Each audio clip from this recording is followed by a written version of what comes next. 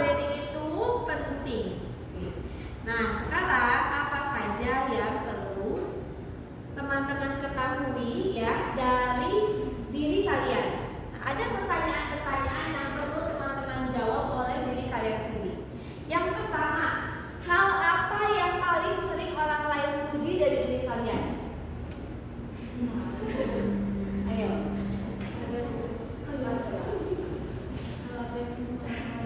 Coba kalian catat deh, bukan catatannya. Kemudian pertanyaannya akan buat bisa ini kan, buat bisa bikin ya ini ke grup ya, nanti buat kalian akan tanya, akan harus jawab.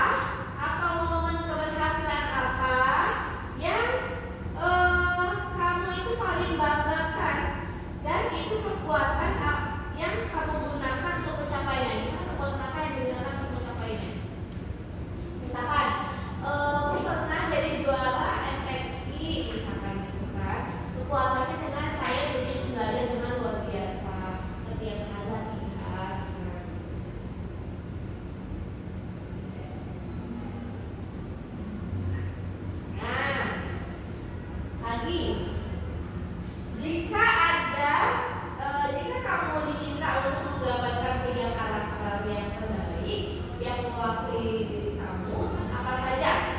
Misalkan saya itu penyabar, saya itu kreatif, saya itu pekerja keras. Digambarkan tiga apa namanya ya? Tiga karakter terbaik kamu ya, bukan orang lain, kamu.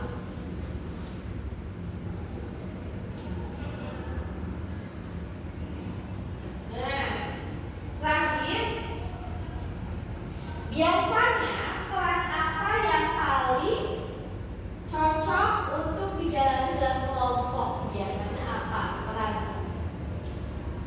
Misalkan saya tuh biasanya mencari solusi, biasanya menghubung, biasanya saya kreator.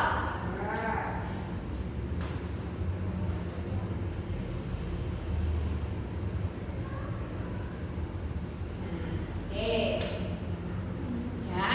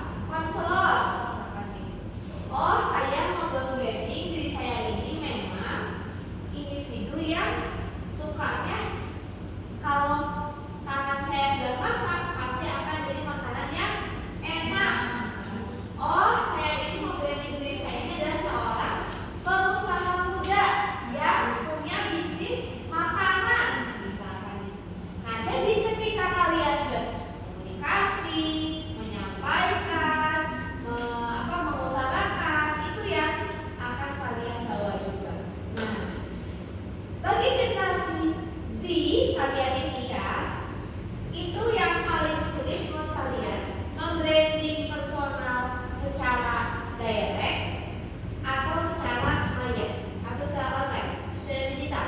Dibuka yang mana? Digital. Bagi kalian, ya kan?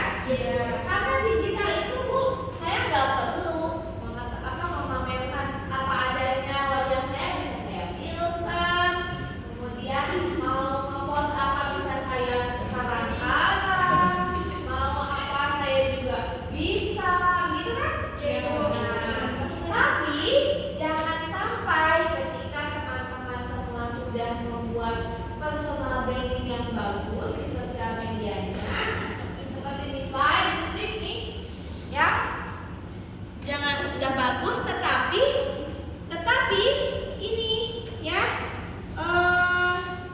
pemahamannya salah ketika kan ketika karena online digital itu akan beda ke offline. Nah, Pak, orang kok ini berbeda ya dari ininya, dari kalau postingannya Islami, misalkan mau branding anak Islami, tapi pas ketemu kok ini kayak gitu yang berlakunya.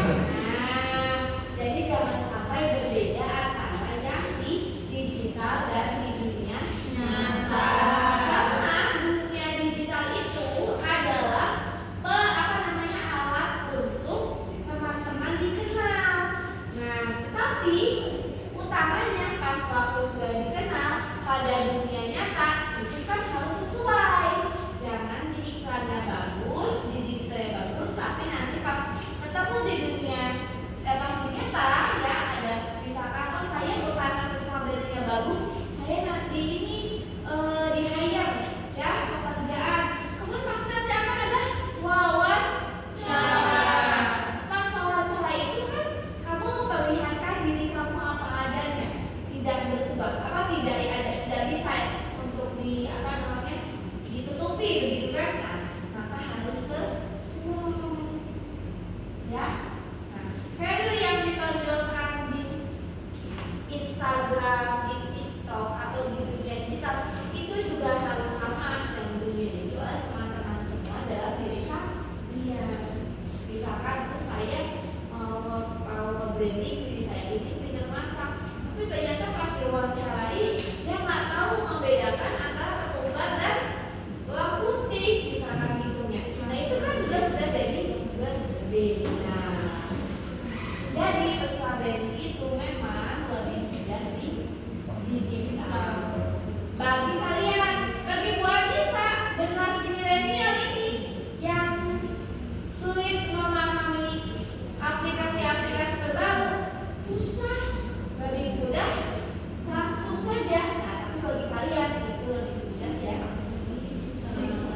Nah, dari pembahasan tadi, coba teman-teman sudah mulai paham tidak sedikitnya apa yang akan kalian branding terhadap diri kalian. Mulai. Coba sini Mas, paham nggak apa yang akan branding? Ayo dulu deh.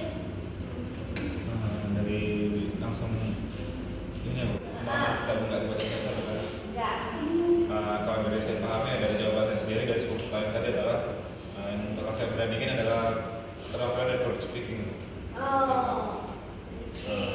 salah satu kan situasi yang paling saya excited gitu adalah ketika menyampaikan sesuatu apa yang saya kuasai gitu. Nah, saya pengen ngembangin itu, dan itu pun jadi salah satu keterampilan yang paling cepat berkembang di diri saya.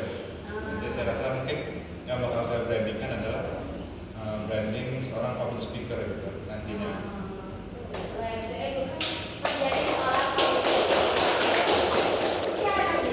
Orang tuh nanti aja misalkan mau buka kelas nih, ya kan? Atau nanti orang mau nyari guru public speaking. Itu kalau di searching namanya ada keluar ayo. Mentor public speaking. Keluar tuh keluar gitu. Ya. Jadi dari seluruh Indonesia karena Ayu paling bagus sosial medianya aktif itu yang kelihatan Ayu aja. Ya kan padahal mungkin ada banyak sekali orang yang pandai melaksanakan publishing atau yang bisa mengentori public speaking, tapi di Cosmopolitan nggak ada di dunia digital. Siapa lagi? Baca apa? Dua apa? Ada yang kalau aku lebih ke kan aku kadang sering dimintain teman-teman aku kadang curhat gitu kan, jadi aku lebih ke diri aku berarti untuk lebih peka lagi nih Bu sama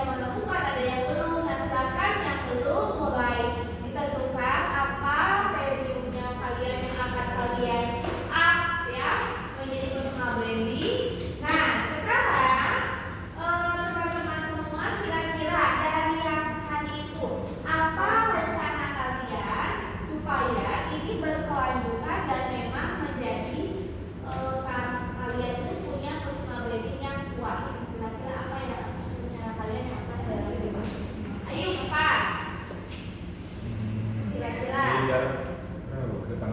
Ke depannya. Jangka panjangnya. Ya, jangka pendek, jangka panjang apa aja? Mungkin di 1 minggu ke depan ngapain Bu?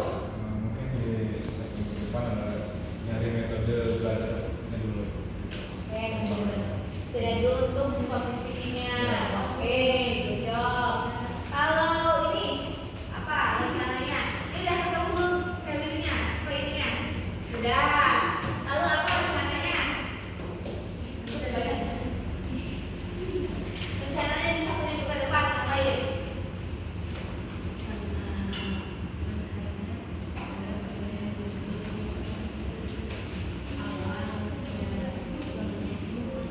Malu dong, masa malu tuh. Itu malu gimana sih mau apa dunia kalau di sudah malu ya coba. Apa gimana? Kalian kayak sapi gimana Kak? Bingung, masih bingung. Oke, tapi sudah mulai memahami kan? Dari 10 itu saya itu bagaimana cuma bingung mau menggali apanya gitu. Oke, apa rencananya Lilis? Besok tadi ada 2 ya gitu ya. Ini Lilis bakal analisis dulu yang paling menonjol di diri Lilis. Setelah itu Lilis tingkatin. Oke. Kalau yang sana belum bantu tanya, yang sana apa rencananya 1 minggu ke depan atau udah ketemu belum Ferinya? Udah ketemu belum? Belum, tapi rencananya apa? Rencananya buat seminggu sampai ini seandainya saya bisa menguasai materi berapa. Oh, jadi karena memang rencananya itu dia bahasanya mau diambil bahasa. Oke. Ini belum ketemu, ini belum juga. Apa yang diinginkan atau dikira-kira terus? Bingung. Bingungnya di mana? Di mana yang inginnya? Kalau buat seminggu ke depan itu paling bingung kayak lebih ke diri sendiri gitu di sini kayak lebih mau disiplin gitu. Saya nalar depannya. Ini mau ngajak sedikit sebagai bahan untuk memulai saya harus ngambilin apa gitu ya. Oke, sama itu juga. Ini apa tentang seminggu ke depan?